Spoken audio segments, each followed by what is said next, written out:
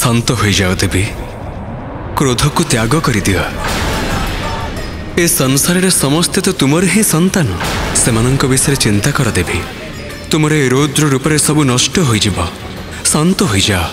केते निष्ठुर आपण! आपण तो ई संसार रो संचालक, आउ तथापि आपण मो साथी रे एते बड़ अन्याय करिदेले।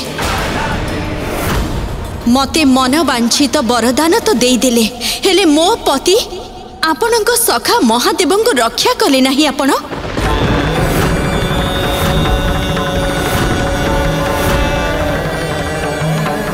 तुम्हें भल भाव जानी देवी, भक्त एवं भगवान मध्य को कहीं मध्य आसी पारंतिनी, मु मध्य नुहे। परंतु भक्ति तो मु भी आपण को करिथिली विष्णु, आउ आपण मो भक्ति रे प्रसन्न भी हेइथिले। ताहले मो इच्छा विरुद्ध रे ए अवरोध केमिति आसीगला?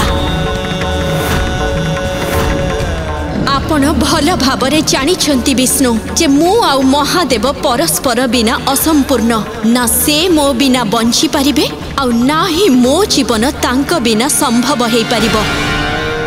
ए भूल आपण करिछंती विष्णु।